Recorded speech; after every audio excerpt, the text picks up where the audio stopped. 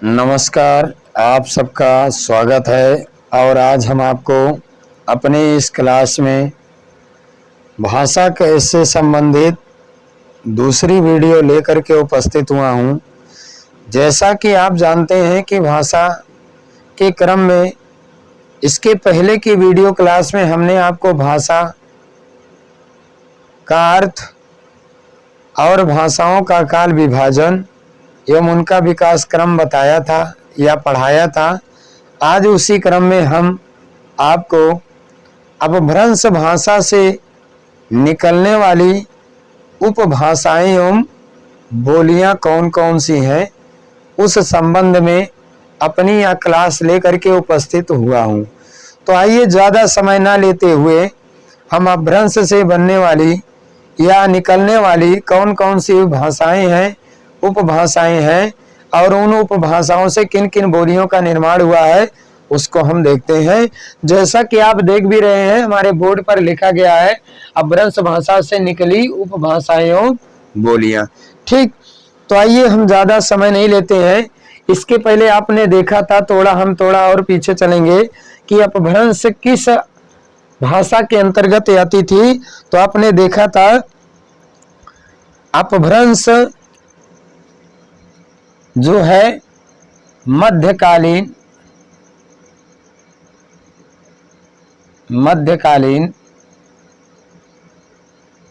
आर्य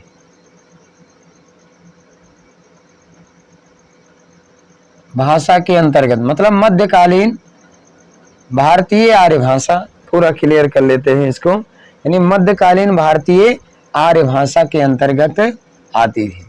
ठीक, यानी क्या, मध्यकालीन भारतीय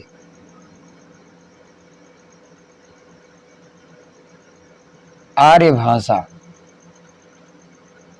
के अंतर्गत आती है। ठीक, यानी मध्यकालीन भारतीय आर्य भाषा के अंतर्गत आती है, जिसमें 3 भाषाएं आती है। पहली है पाली,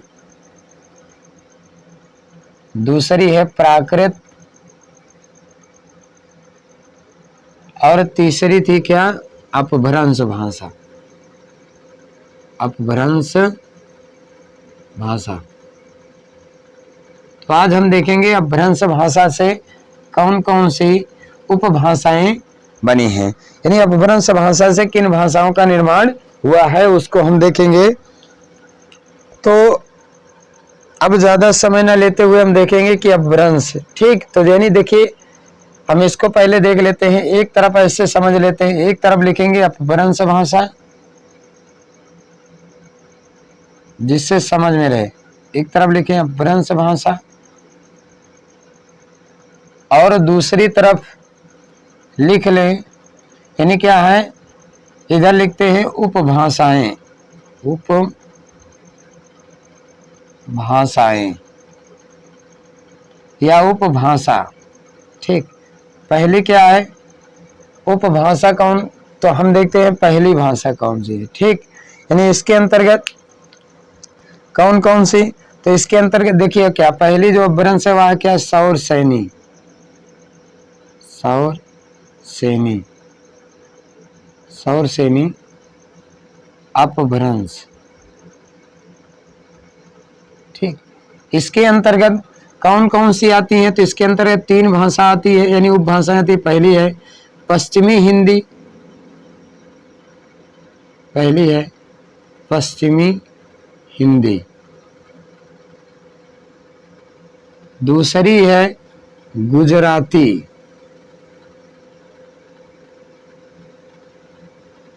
और तीसरी है राजस्थानी हिंदी। राजस्थानी हिंदी इसके अंतर्गत। ठीक, राजस्थानी हिंदी। उसके बाद उसी क्रम में दूसरा, यानी दूसरी अपभ्रंश भाषा है, तो दूसरी अपभ्रंश भाषा कौन सी है, यानी वह हो जाती है अर्धमागधी। अर्धमागधी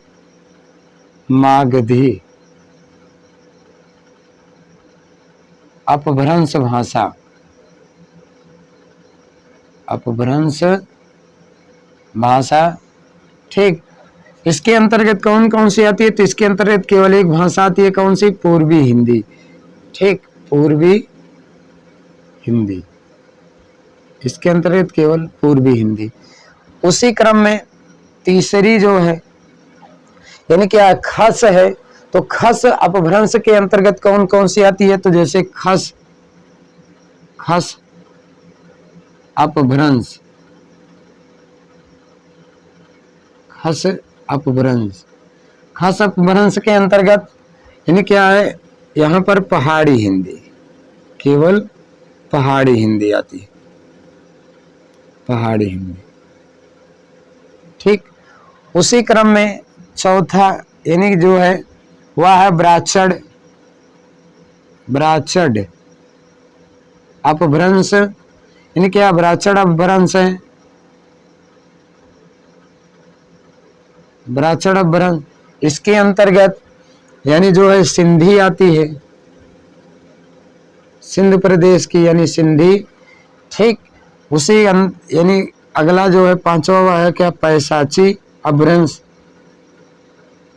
पैसाची अपभ्रंश। ठीक, तो पैसाची अपभ्रंश से पंजाबी और लहंदा। ठीक, यानी क्या है पंजाबी, पंजाबी। और उसके बाद एक भाषा है लहंदा, ठीक है ना, लहंदा, लहंदा अपभ्रंश। उसी क्रम में अगला जो है अपभ्रंश है, यानी अगला जो है वह क्या है, वह है महाराष्ट्री, महाराष्ट्री, महाराष्ट्री से अपभ्रंश से महाराष्ट्री अपभ्रंश से मराठी,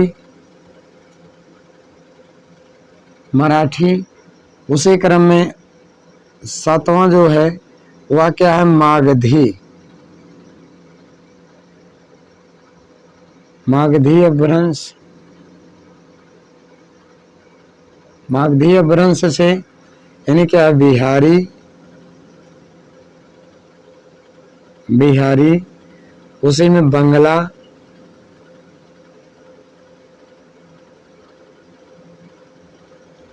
उसके बाद उड़िया, उड़िया माने उड़ीसा की भाषा, और असमिया, असम की। ठीक, ये सब असमिया।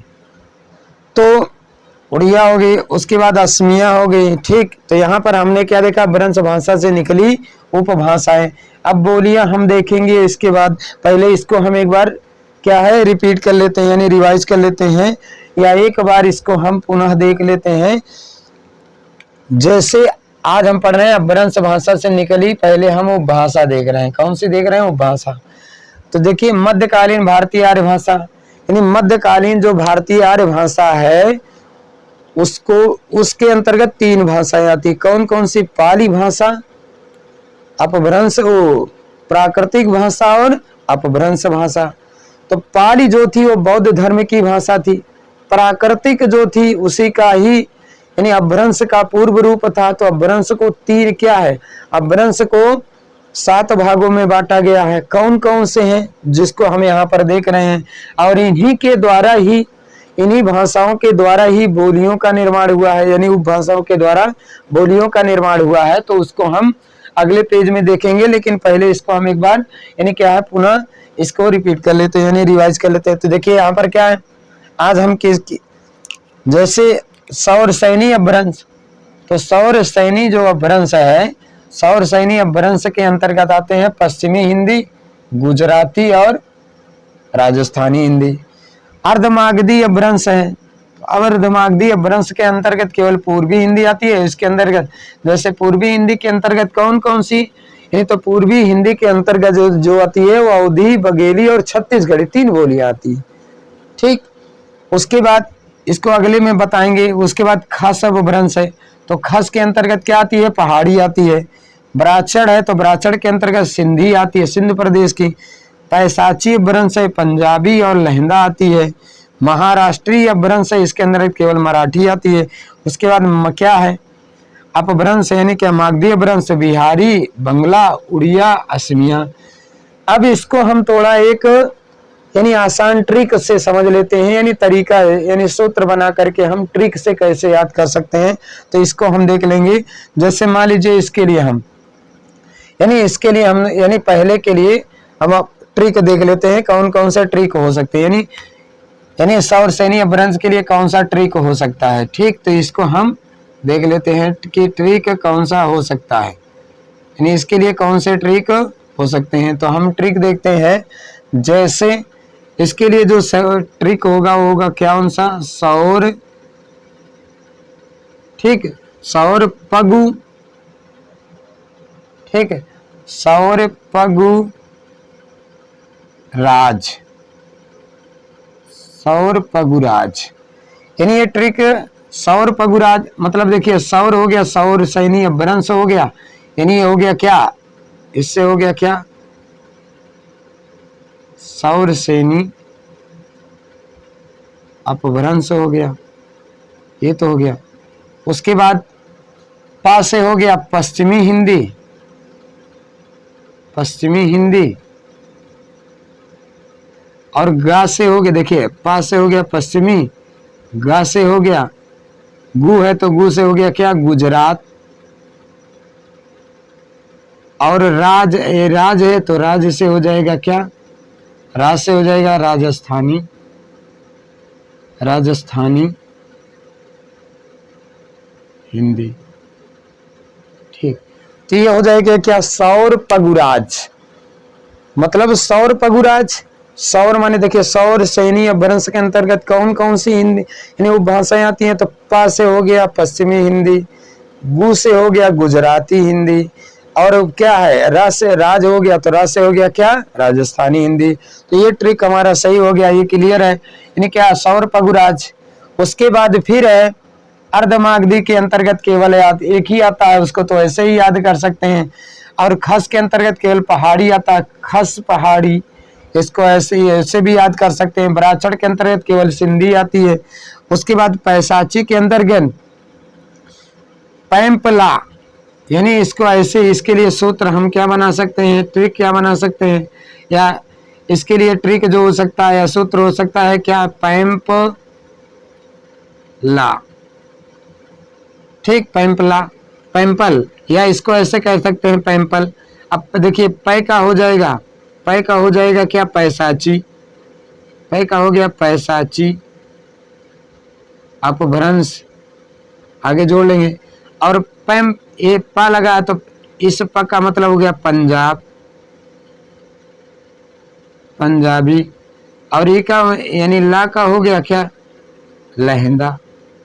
ठीक, पैंपल यानी क्या, पैंपल, पैंपल माने पैम, देखिए पै माने होता है क्या है, पैसाची, पम पंजाबी, लह लहंदा। ठीक, तो ये भी हमारा ट्रिक क्लियर हो गया, ये भी ठीक, ये भी हमारा ट्रिक क्लियर। ठीक, उसके बाद अगला जो हो जाएगा, महाराष्ट्र के अंतर्गत केवल मराठी आती है, ये भी क्लियर हो जाएगा। और मागधी अपभ्रंश के अंतर्गत यानी जो है, तो इसके लिए हम ट्रिक बनाएंगे। तो इसके लिए जो ट्रिक बनेगी वह बनेगी क्या,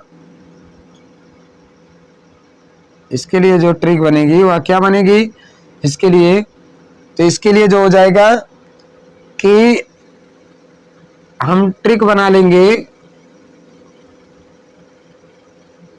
इसके लिए बनाएंगे औबा बी, बिहार मगध। देखिए इसको ऐसे बनाएंगे, औबा बिहार माँ, क्लियर, औबा बिहार माँ।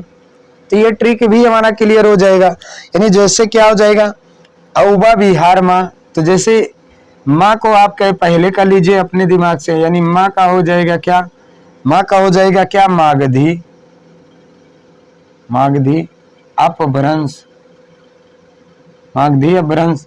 उसके बाद क्या है, कोई जरूरी नहीं कि एक क्रम से ही लिख दें। उसके बाद यहां से हम देखिए, अब इसके बाद अपभ्रंश के अंतर्गत क्या है, जैसे क्या आ का हो गया, आ से ले लीजिए असमिया, असमिया।